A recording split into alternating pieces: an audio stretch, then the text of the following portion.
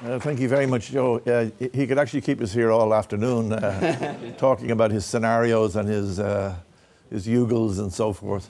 But there will be a comprehensive exposition of his work in the white paper, and there is material on the internet, on the Food for Me website that you should download and look at as well. Joe, can I ask you to take a seat? And can I ask our panelists to come and join us immediately, please? Does anyone have a question for Joe immediately? Yes, Cronin? Thanks, Mike. Cronin McNamara Creme Global, we were a partner in Food for Me. We were in charge of databases and the IT interfaces for the people to supply data. We did a lot of analytics around that. So thanks, Joe. That was a really interesting talk. I was at a talk last week where they were talking about the fact that the world is moving from analog to digital, and this is causing major disruption in various industries like encyclopedias, music, TV, travel agents, all getting disrupted. And I think the future of food is also going from analog to digital. And I've always seen personalized nutrition as a kind of an ICT and a digital analytics opportunity, more so than the food industry responding directly. So the question I had, though, for Joe is, having seen the results from John's talk this morning, where the genetics didn't seem to, or the phenotype and the genotype data didn't seem to impact on the overall adoption of the advice, maybe that simplifies the initial steps in personalized nutrition business models. So what were your thoughts around that in terms of simply the genotype and phenotype not being as impactful on the process? To be honest, I've struggled myself with that.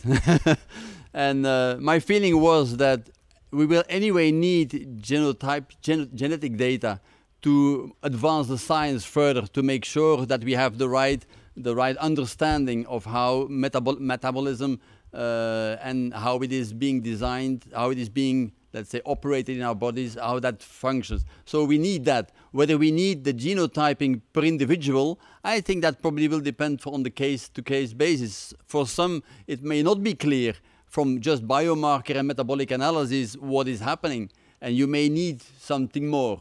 And this could be useful for doing that. But to be honest, I think you can go a long way with personalized nutrition based on biomarker analysis alone. Because anyway, you will need that if you want to follow up on a person in terms of feedback. You will need biomarker analysis to see what has been happening. So, yes. I think that's an issue which is going to be discussed by several of the panelists. Can I just introduce them to you? These four people at the end here were major contributors to the genetic side of the Food for Me project. Starting on this side with ladies first is Lynette Fergus from the University of Auckland, Larry Parnell from Boston, USDA Center for Research and Aging at Tufts, Jim Kaput from Nestle Institute, Ahmed Al-Salemi from Toronto, who's also got a major interest in this. You met our four panelists, so how about that? I mean, you don't need the genes, just do the diet. Can I comment on that? Because it actually worries me enormously. What I was seeing with the evidence being presented was that people weren't making big differences to their personalised lifestyle based on genetics. In other words, I'm worried that the message or the importance of it wasn't being conveyed. And so to me, that wasn't an argument for saying that we don't need the genetics. I think that it's essential that we get the genetics, but we actually think about whether we're conveying that message properly to people to have the most significant impact on their health. Just mine. Does anybody want to comment from the proof of principle study? Or Jim, you want to come in? Well, yeah. So everyone knows that I'm a big fan of genetics, but right now, today, I don't think we can use it. However, the data that's out there with every genome that is sequenced, there's about 160,000 genomes. Everybody, of course, is genetically different. Every individual has between 250 and 300 mutations, loss of function genes that are in all parts of metabolism, all parts of the system, and each individual is different in what they get. A recent study on autism showed that there are 69 new changes for each child born. So if there's a sibling of two siblings that have autism, they only share 30 mutations or polymorphisms, and then they have an additional 39 that are unique to them. So down the road, we will be able to do sequencing on everybody, and we'll learn how to interpret. Now, will that be applied in the clinic? I'm not so sure, because I do think the phenotyping, done the right way, response to the diet will tell us a whole lot. But I would like to know if I have a mutation in the cholesterol gene so that I might be able to modify my diet. And I think, unfortunately, and I know he's going to disagree here, my buddy Ahmed is going to disagree, I don't think the common SNPs are going to tell us that. I think it's the rare SNPs that are going to tell us that. So I think we have to wait a little bit before we apply that knowledge. But down the road, I think we're going to be able to do that. I think I'm going to invite Ahmed and then Larry. We have to give our guests the chance. They've got to earn their money, you know. Before I disagree with Jim, I'll just say that, again, because John and I were discussing this during the break, I'm not surprised at all that there was no effect of adding genetic information, the way this study was designed. In fact, I would have been shocked if there was a difference. If you look at the information that was provided, MTHFR for folate, FTO for exercise, even though diet was an outcome, and then 3 other genes related to fat intake, there's no reason to expect that giving someone information on a gene that impacts the recommendations for folate or exercise is going to affect the healthy eating index or their fruit and vegetable consumption. So with that apparent null finding, I think is a great opportunity for future studies. And really, you have 5 potential awesome papers, right? The first paper should look, or the next paper should look at disclosure of MTHFR on folate intake. And then another paper would look at the effects of telling people, if you have the FTO risk variant, you should increase your exercise, physical activity. Did they, in fact, do that? So to me, it's not surprising that the results were null. And I think it presents a great opportunity to now look at truly the effects of personalized information on the right kind of outcome related to that gene. Okay, Larry, do you want to come in? Yeah, just just to see if that's on. Yeah, I would say I would agree with Ahmed in the sense that it's very complex, these phenotypes that we're looking at, and the number of and as well with Jim in the number of genes involved, and we would look at as hundreds of variants for a single phenotype would be the plan that we would put forth. Can I come in on that? Because I think one of the things that bothers me about FTO, now I reveal, quite frankly, I carry that variant myself. So it's of personal interest. And I also share Hannah Law's philosophy that perhaps the results from the exercise measurement was that she should be doing more traveling, because personally I hate getting up. And my genetic variant tells me I should be doing 1 or 2 hours of exercise a day. Well, that's fine. And in an ideal life or an ideal world, if I liked to exercise, maybe I'd do it. But the other thing about FTO is that it affects satiety, and I think there's some very good evidence suggesting that increasing protein in the diet and different dietary patterns is actually a more strategic way for people who hate exercise to use it. So I just wonder about the way in which that message was conveyed, and the understanding of people and how they could utilize it constructively to help themselves, to make things easier for them. Yeah, the gene environment interactions aren't one gene, one environmental factor, and one outcome. There's potentially many ways to address that. Yeah, but there's some key ones, and yeah. FTO is one of them. Yeah. Hannah Law wanted to come in. Just a comment. I mean, I'm a gene person. I cloned genes in ancient times, but I agree with Jim. Yeah, it's immature science currently. Yeah, so even if you would sequence the genome of everybody in the audience, you would never be able to provide a picture of how this person looks when you take a 15-megapixel camera. So phenotyping is the essence here. But the genotyping was done to test whether the volunteers are more compliant to the recommendation given. And this is the shocking part. I'm not surprised that we didn't measure folate, so we cannot even conclude whether there was an effect or not. Next time we will. Yeah, but to learn that it didn't increase the motivation to follow the recommendation, at least not with the parameters we could measure, is a little bit of a disappointment, at least for me. Okay, anybody in the audience want to come in? Please put up your hands. John? Yeah, please. Okay. I think the important thing to remember here is that people did well as a result of being in the study.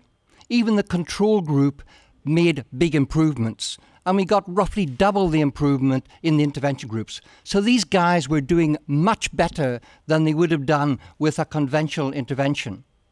And maybe we got as far as we could with this kind of internet-delivered intervention as we could expect, given what Hanni's saying about the state of the art. In 2 or 3 years' time, we may know enough more to be able to tailor these interventions to change behaviour in even more effective ways. But I think we shouldn't underestimate the scale of the change that we made already. Take salt, for example. The changes which you saw on salt were dramatic, and they would have very big effects on public health. If this is translated to a population level, we would be saving a large number of people taking tablets for high blood pressure, and we'd be saving a lot of people from dying from stroke. Okay, anybody? Yes, please. Thank you. Judith Liddle from the European Dietitians. This has been an absolutely amazing day. I'm part of the stakeholder platform, and I think I attended a meeting about 2 years ago when I saw starting out and where things were going. The results. Can you hold it to your mouth a little bit more? I can. Yeah. The results are absolutely amazing from the point of view of a dietitian, and representing the 32,000 dietitians that I do in Europe, we have to take this on board immediately.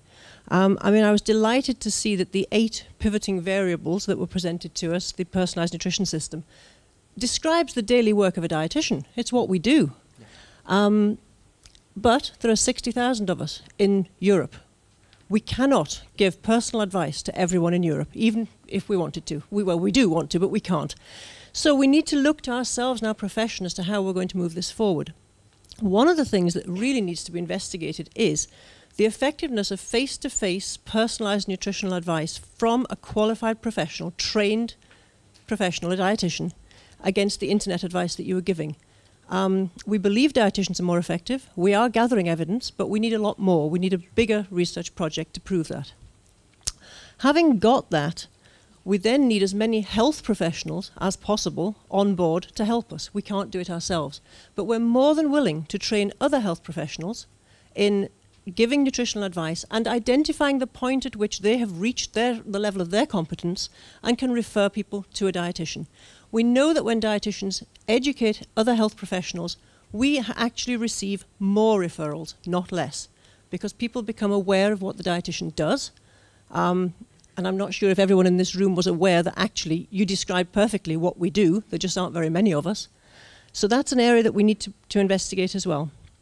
So I just really wanted to say thank you. Thank you very much. We will go back and look to ourselves, and we will definitely take back the information you have provided for us and disseminate that as widely as we possibly can. So thank you. Okay, thank you, Judith. Cronin had a comment here. If I just make a quick comment on what you said there. I mean, the vast majority of dietitians are clinically orientated in hospitals, the vast majority. You might want to change that, but it's happening very slowly. It's in the public health and nutrition area where this can really play a role, because in effect, you're giving personalised dietary advice in your clinic every time you have a patient in front of you. The only difference is you mightn't have genetic information, but as we saw, these guys can't agree on how useful it is, so you don't need it really. So, but it is a huge growth area.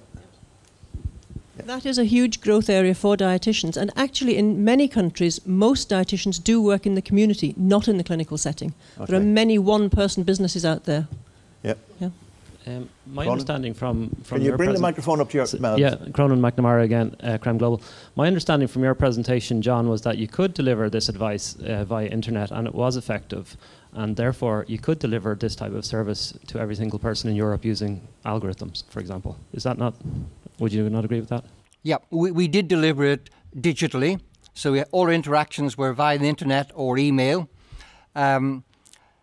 We didn't do what you've suggested and do a head-to-head comparison with individually delivered advice across a table. We don't know whether that would be more or less effective.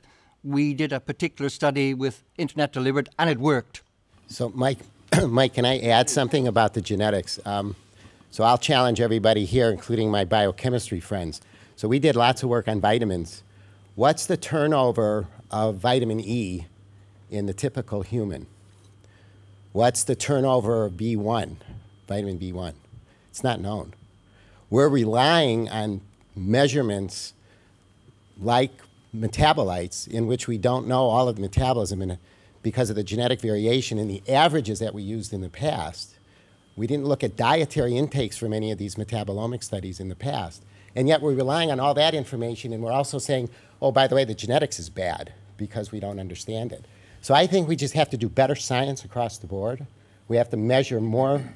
My friend Ben is not speaking up, but measure more phenotyping, but also put the genes in, because sooner or later we're going to understand those gene-environment interactions. Now, other biochemists can disagree with me, I'm sure.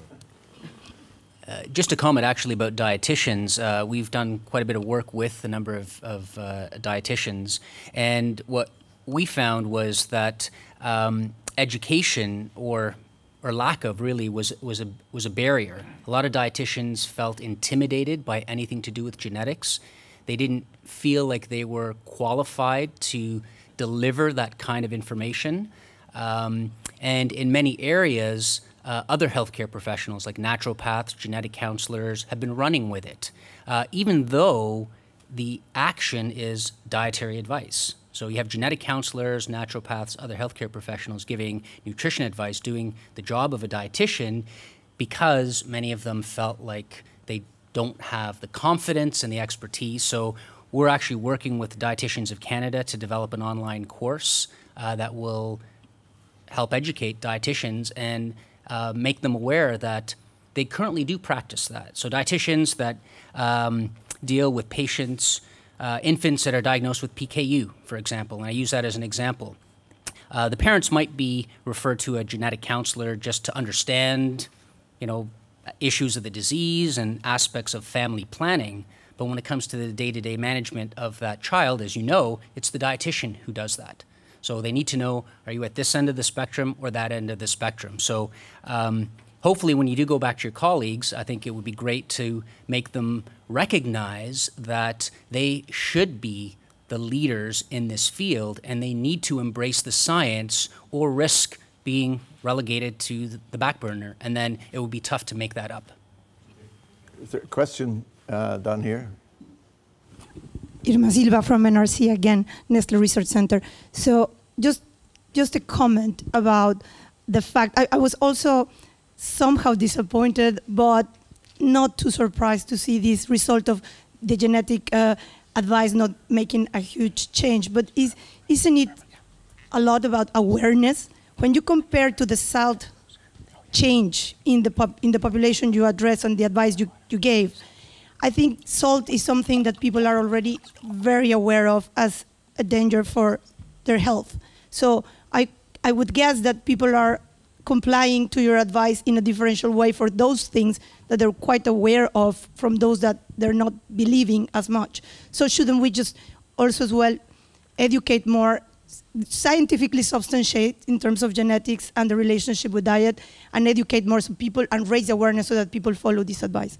If I could just answer that quickly, I mean, basically speaking, that's not true, because what we did was we analysed the individual's diet, we found out why their salt was high. Based on their pattern of food intake, we gave them personalised feedback on how to reduce their salt intake.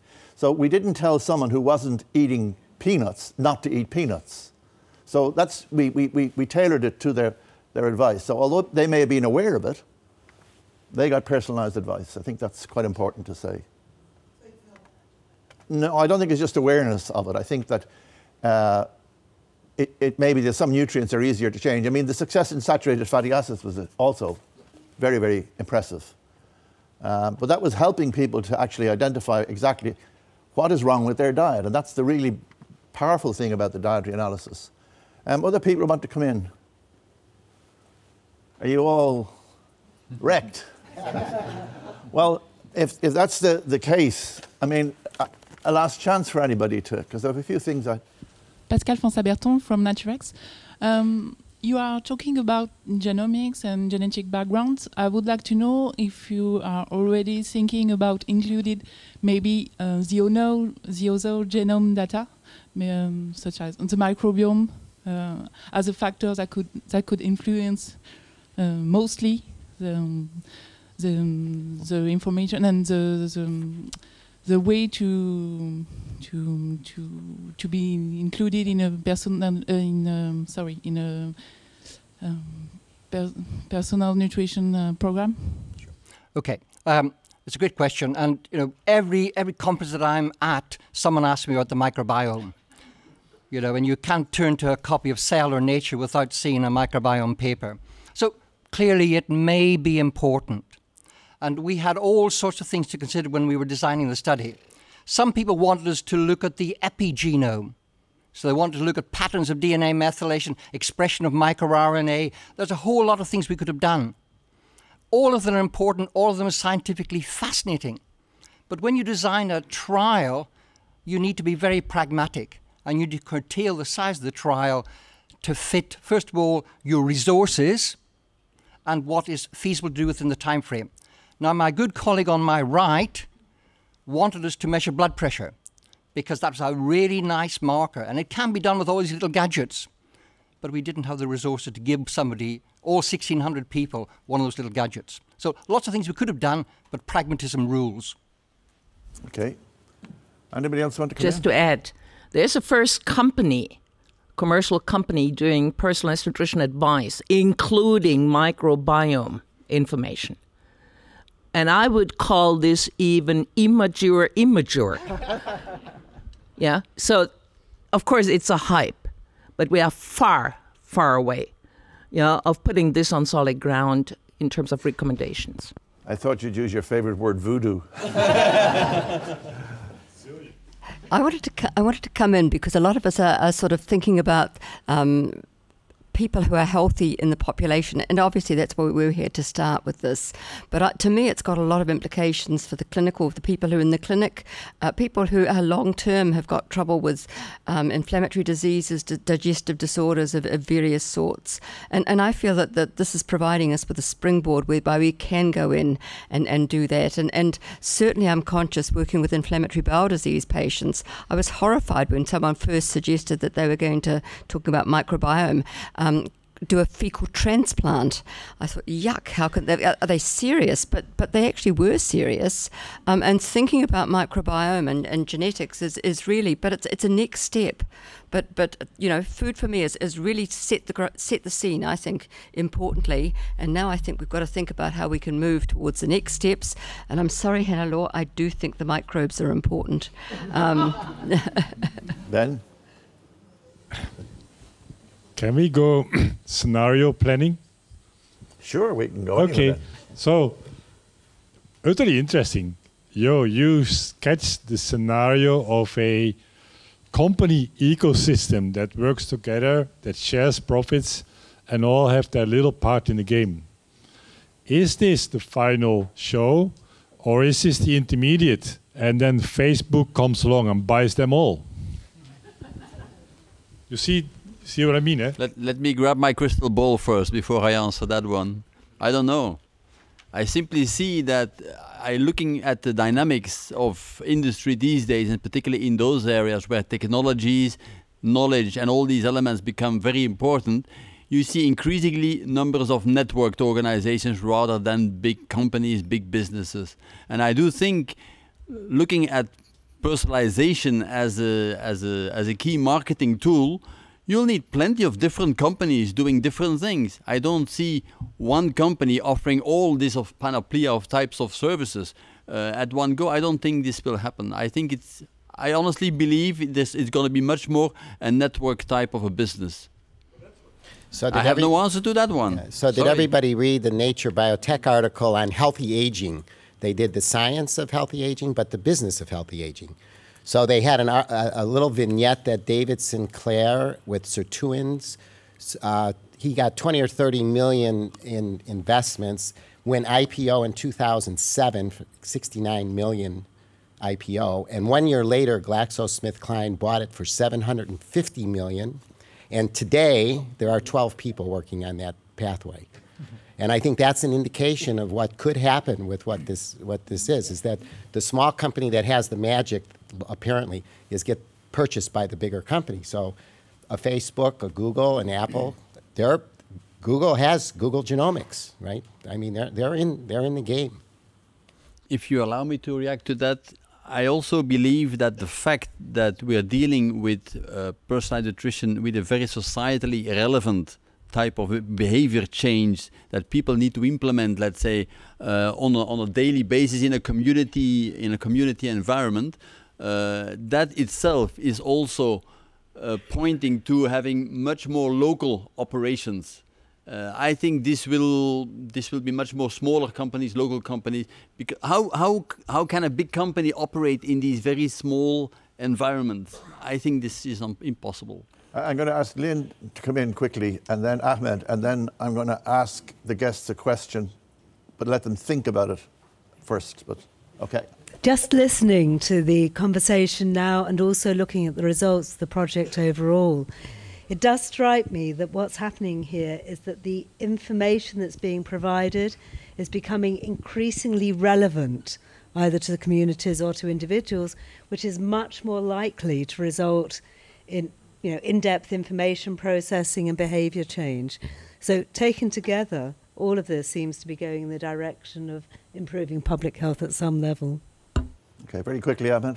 So, I mean, I think the comment at the end is really key, that we're really talking about behavior change. I agree with Larry and Jim that absolutely multiple SNPs and multiple genes, as well as the microbiome and perhaps the epigenome, all of those variables can help us explain a greater portion of the variance in terms of the metabolic response to what we consume. But what I understand the Food for Me project to be, and some of the work that we've done and others, is we're not trying to understand or explain all of the variability. We're trying to change behavior. And some have argued you can give people fake genetic information. If that's what motivates them to change, then so be it. So we've been criticized well, no, as an experiment, of course. Not that you do that, right? not that our company does that, so. That be part of this study?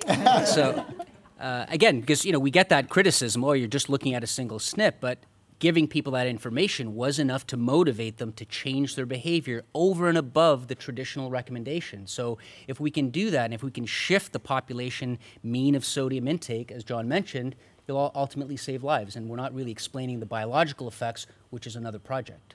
I'm going to give a question to our four guests, but you have a minute to think about it, and I'll come back to you.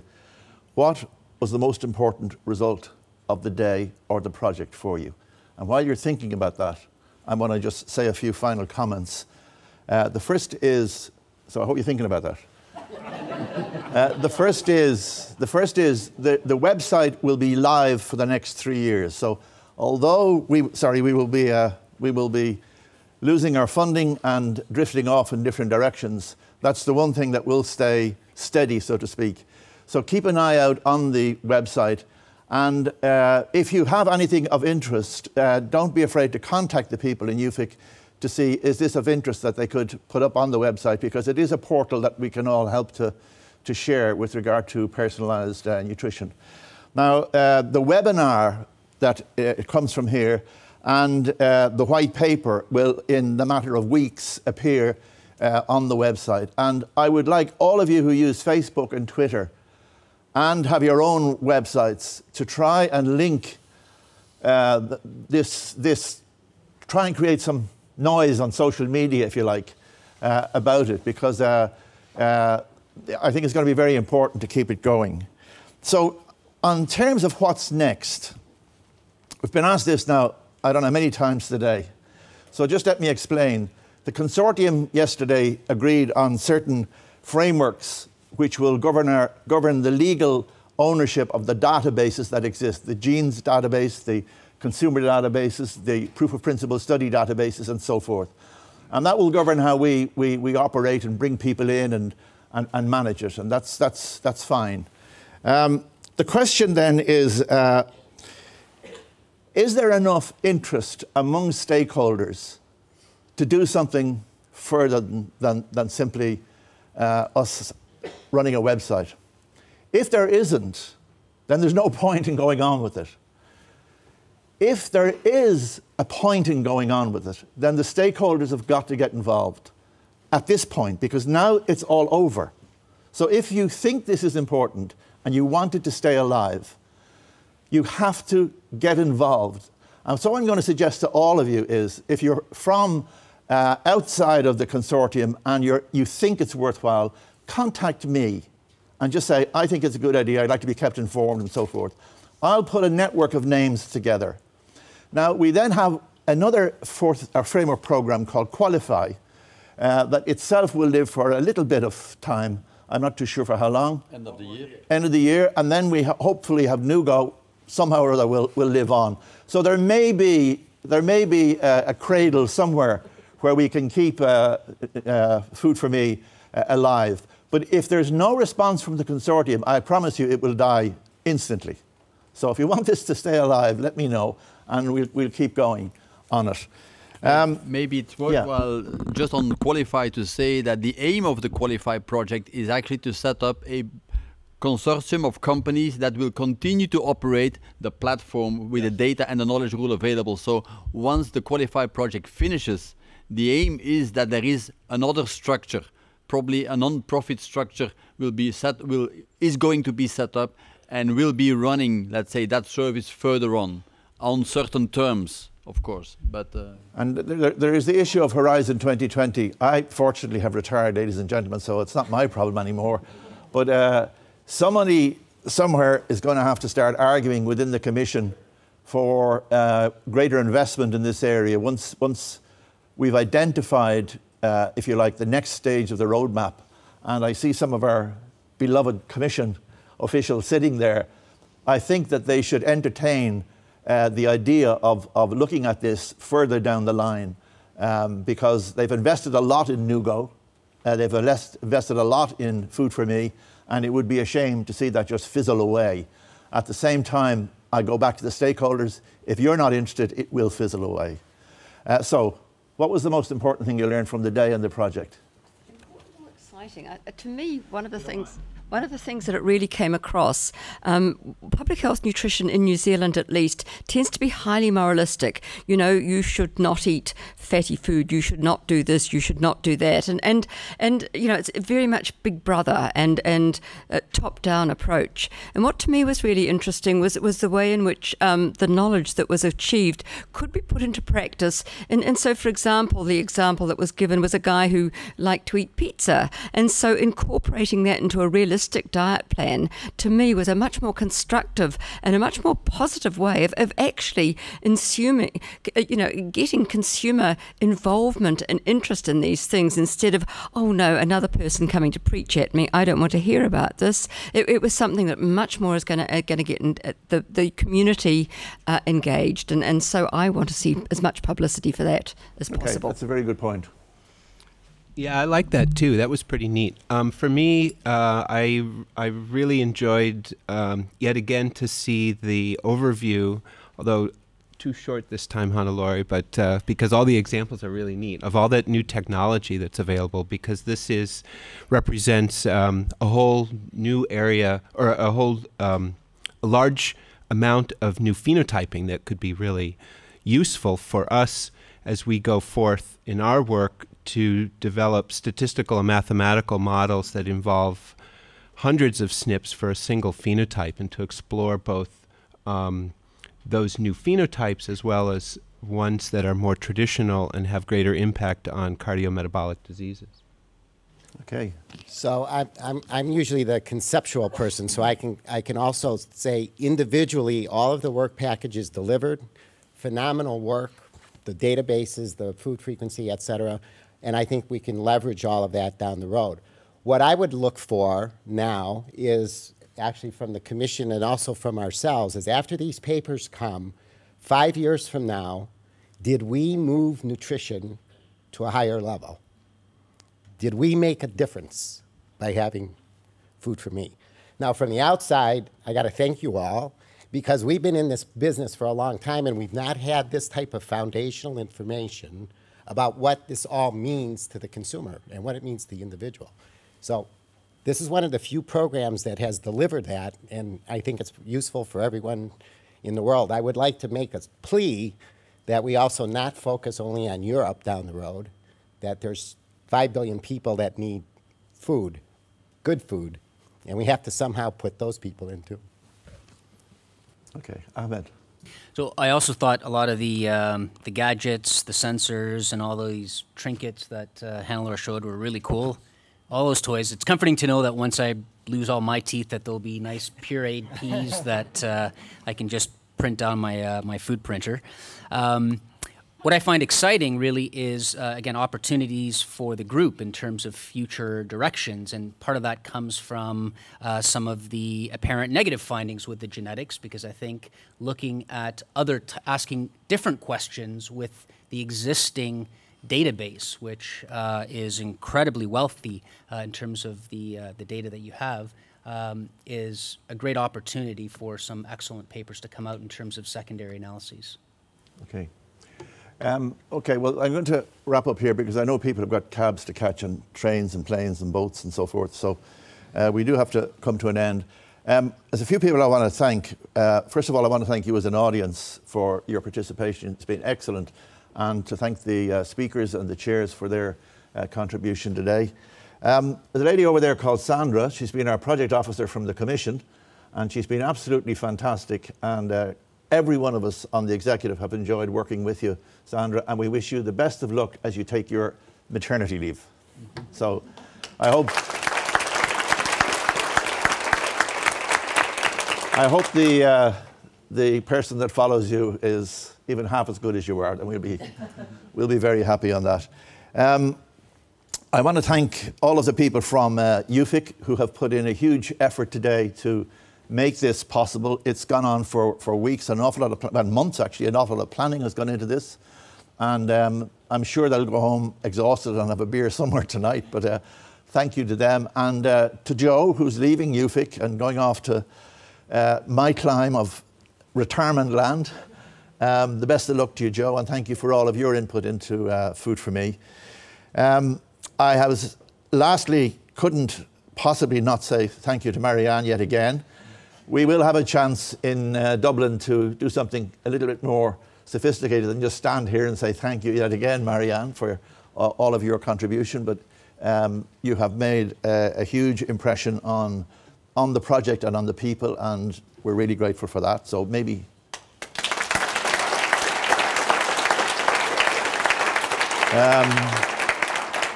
I'd like to thank our guests that have travelled rather long distances to be here. It's very important that we have this international dimension and that we can connect to what's going on in the United States, in Canada, in New Zealand, and also in the corporate world of the food sector. That's very, very important for us. The last thing I have to ask you is to please, if you haven't already done so, would you complete the questionnaire? This ticks a box for us, and it's an important box. It's not to be filled out by the Food for Me consortium, but just by all of the visitors here today. So I'd like to thank you all for your attention, thank all the speakers, and wish you a safe journey home. Thank you.